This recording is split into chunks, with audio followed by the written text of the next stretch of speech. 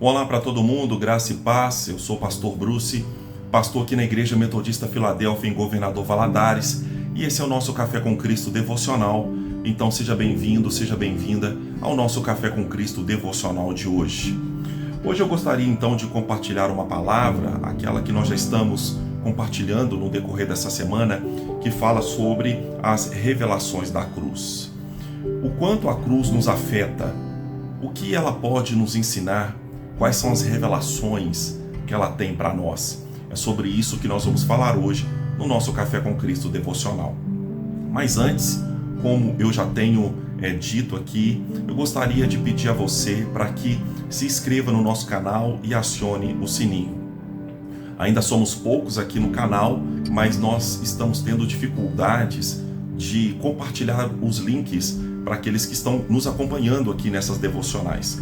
Então, para que você possa ser notificado pelo YouTube, então se inscreva no canal, acione o sininho e assim você pode estar conosco nesta mesa, comendo do pão vivo que desceu do céu. Amém? Então vamos lá?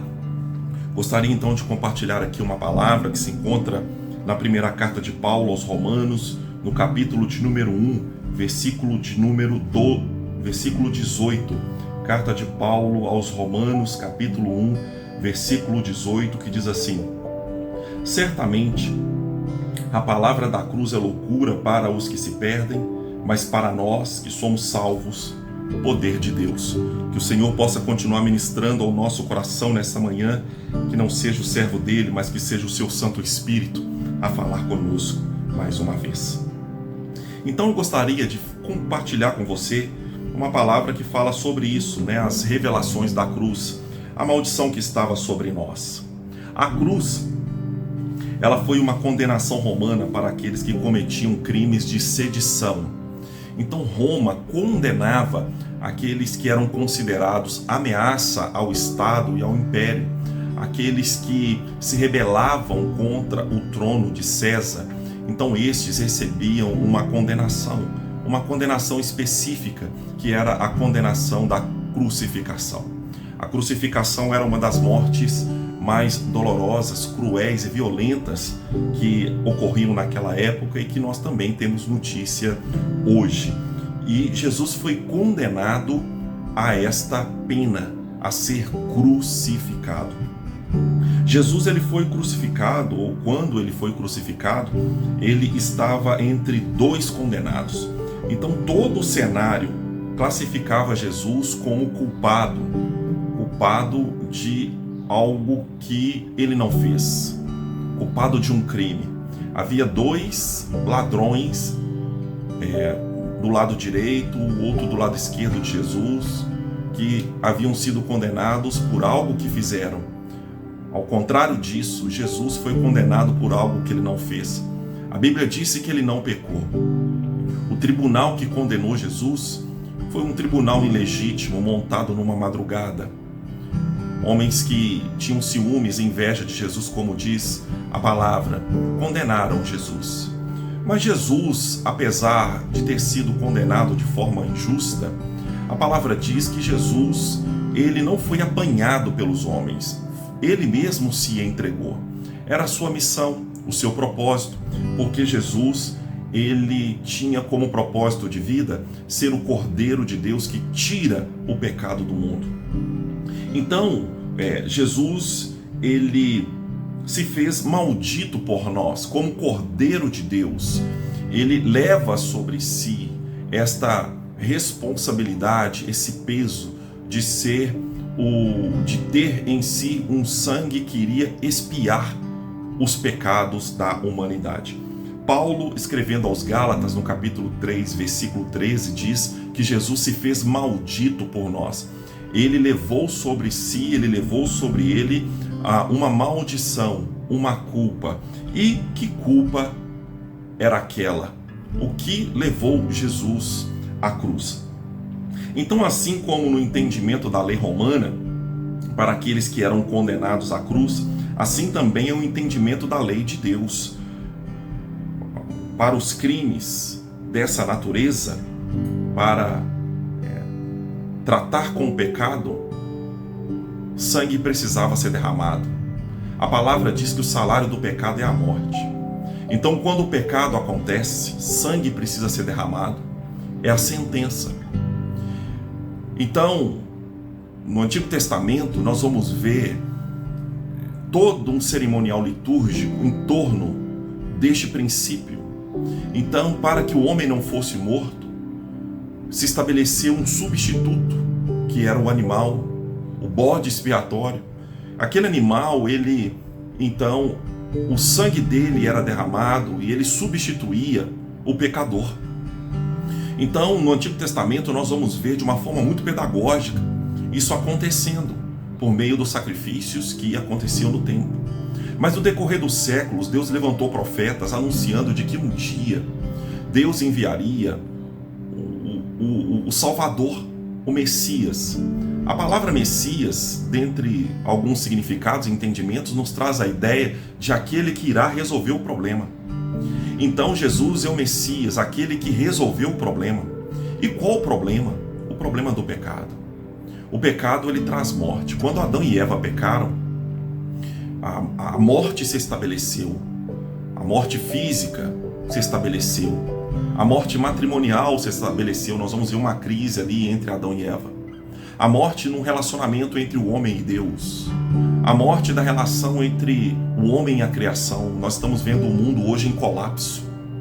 Então, o problema do mundo hoje, se é que isso é uma verdade de fato, não é o aquecimento global, mas é o pecado.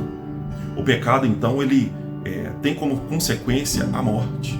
Então, Jesus, lá na cruz, ele vai, por meio do seu sacrifício, revelar estas verdades, de que havia uma maldição sobre nós, do pecado, e as consequências dele estava vigorando, que era a morte. Então, quando Jesus morre na cruz e o sangue dele é derramado, acontece ali uma expiação definitiva. O sangue de Jesus, definitivamente, ele nos redime do pecado, nos justifica do pecado. E aí, nesse momento, nós vamos vivenciar uma transição de realidade espiritual. Nós fomos transportados do império das trevas e em Cristo nós fomos levados para o reino do seu maravilhoso amor. A cruz, ela revela, ou revelou aos judeus e ainda nos revela hoje, que os crimes que cometemos não poderiam ser solucionados pelos sacrifícios que eram realizados ali no templo com o derramamento do sangue do animal. Nada que podemos fazer, as nossas boas obras, nada disso pode alcançar o favor de Deus, o mérito de sermos reconciliados com Deus. A morte que nos alcançou, essa morte espiritual. Em Adão e Eva nos tornamos inimigos de Deus, mas em Cristo novamente nos tornamos amigos de Deus. Toda a culpa e condenação foi lançada sobre ele lá na cruz. E agora em Cristo nós somos aliviados desta condenação e desta culpa. O apóstolo Paulo diz que o bem que eu gostaria de fazer, esse eu não faço, mas o mal que eu não gostaria de fazer, esse eu faço. Então não há em nós forças, condições para fazer o bem, mas nós podemos viver os benefícios do sacrifício de Jesus na cruz, crendo nele, confiando nele, e assim em Cristo nós podemos estar justificados. É em Cristo que nós somos justos, em Cristo podemos ser chamados de santos. Então, o sacrifício da cruz vai nos revelar o entendimento de que sobre nós há uma maldição, uma condenação vinda do pecado, mas também a justificação que veio por meio de Cristo Jesus. A justificação está no reconhecimento da nossa culpa, aceitação e da nossa condenação e fé em Jesus Cristo. Então, essa justificação ela vem por meio de uma aceitação. Eu preciso aceitar a minha condição. Jesus, ele se entregou porque ele aceitou aquela condição momentânea que ele estava vivendo, de se tornar um maldito por nós. E por ser maldito, o salário dele, a colheita que ele iria fazer é a morte, e morte de cruz. Então, o pecado, uma condição de pecador, vai nos levar naturalmente a uma colheita, que é a morte.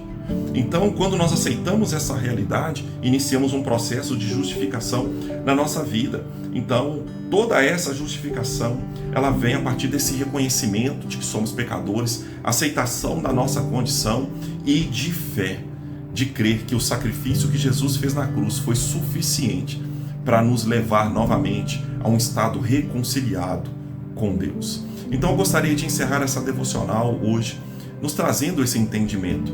Queridos, nós somos pecadores. Não há ninguém na terra, como diz a palavra, todos pecaram e todos carecem da graça de Deus. Não existe credencial eclesiástica que pode mudar a nossa realidade.